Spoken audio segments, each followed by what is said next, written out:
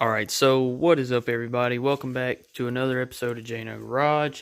So I don't know if this car has been on the channel before. I'm pretty sure it hasn't, but this is my daily driver as of October of 2018. So it's a 2015 Volkswagen Passat TDI. It's got the DSG automatic transmission in it, and that's really about it. It's got about just fixing to crack 60,000 miles on it. Main reason I got this thing is because of the fuel mileage. I average 52 miles to the gallon every day in this car. However, I am going to be doing a couple maintenance things on it today that I have yet to see any DIY videos of yet on YouTube. And I feel like this information really should be out there, so I am going to be throwing it in this video. So today I'm going to be doing the two main thing is the fuel filter and the cabin air filter. The oil change is pretty simple. There's nothing really to it. But the two main ones that are not really common are indeed the fuel and the cabin air. And I of course, at Jano Garage, we can't ever have anything stock. So I am going to be doing some performance mods to this engine and everything later. Right now, I've been studying, trying to get a house, trying to make some moves. As far as I guess growing up in life or whatever expensive crap that is. But the other main reason I am making this video is because I had a viewer ask me to do a how-to video on how to install tow hooks on Dodge trucks, my year model. And that's going to be at the end of this video because I need to get this done first, and it's going to be first on the list.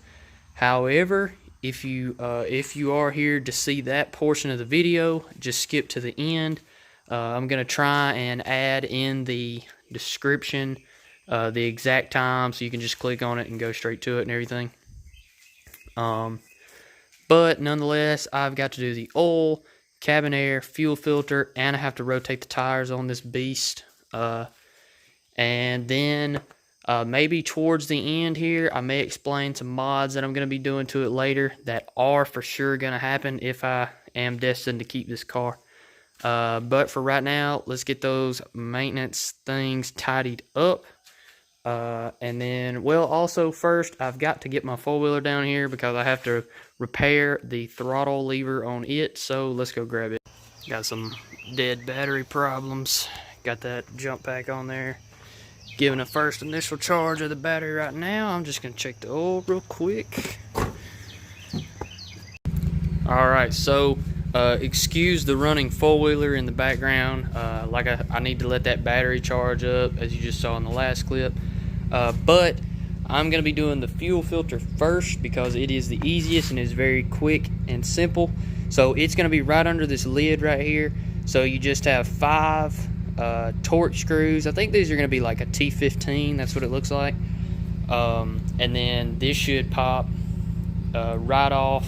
There shouldn't be any buildup of pressure, but if there is, just loosen maybe 2 or 3 screws and kind of lift the lid, let that pressure kind of bleed off a little bit.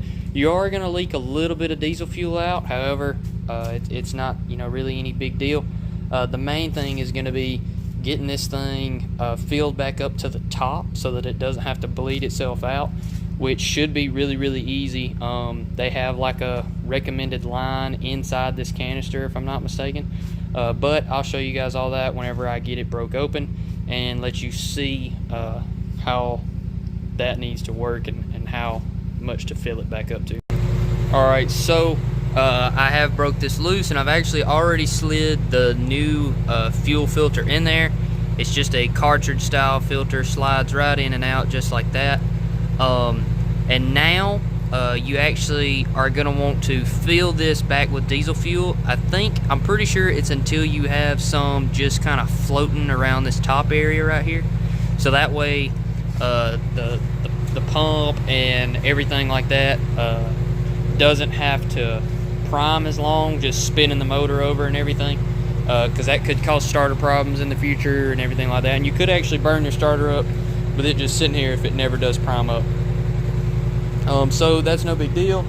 I've got some diesel fuel out back, so I'm fixing to fill this up to the top, seal this back off, and then I'm actually going to go ahead and I'm going to make sure that the car will start back up and runs right, so that way I don't have any issues. Then I'm going to move on to the cabin air filter, and from there I'm going to do the oil, but I'm not going to film it just because it's so simple and there's just really no need. Alright, so I got the fuel filter put in. I got all these, hand torque back down. I'm sure there's some specific torque number if you was to look it up online. I'm not sure if you'd find it or not. But I was able to break these loose with just a hand bit. Just a screwdriver style bit holder. So I put about that much on it, just as much, almost as much as I could with that bit holder. So first startup, let's see if it'll crank back up.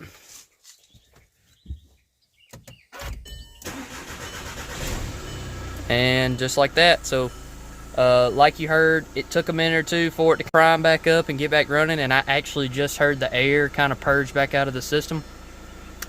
I don't want this thing to get hot since I got to change the oil in it in just a second. But it's just that easy. It's got a brand new fuel filter in it now. Pretty simple task on these TDIs. So now I'm fixing to start on the cabin air filter, which is in here. Excuse the mess, but if I'm not mistaken, it's just going to be under this panel, like a slide out type deal. But as you guys know, I'll update you along the way and tell you how to take it all off. So I'm going to go ahead and get started on that now.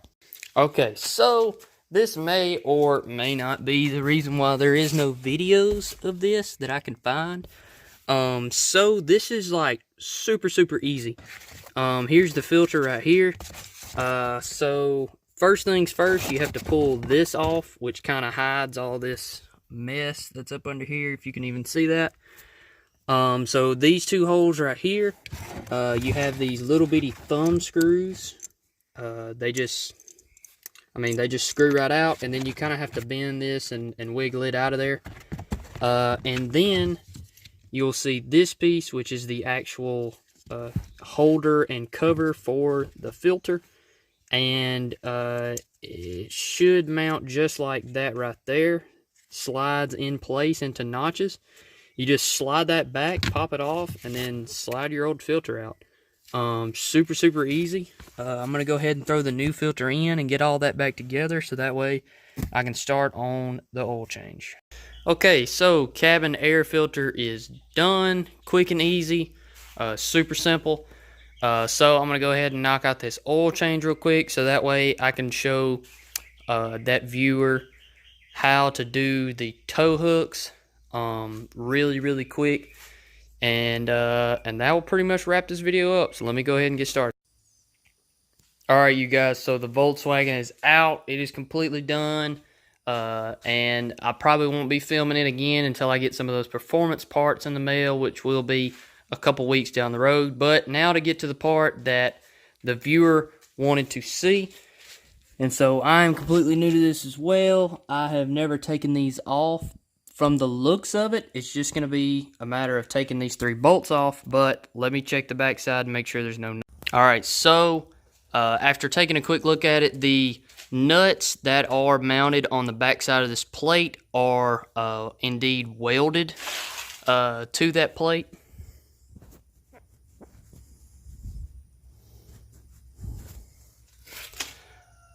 And since they are welded, all you need is a 15mm socket. I didn't have one for my impact gun, or I would have actually took the entire tow hook bar off. But I don't see a point in taking this off. This is really simple. All it is 6 bolts. You have 3 on this side. It's a connecting bar to 3 on that side. And then you take those 6 bolts off, and it just slides right out of there. no biggie to this one really at all. I don't think there's anything that you need to watch for or be scared of, other than maybe scratching your bumper if you got a new one. But so that pretty much sums up this video, guys. I hope you enjoyed it. If you did, leave a like, and if there's any other video you guys want to see, if you have a truck like mine and you want to see a demonstration of something that's not crazy, like pulling the engine out or something like that, just be sure to let me know, and I'll see if I can't produce that video for you guys in a reasonable amount of time. And I hope you guys tune back in with us on the next video. And as always, thanks for joining.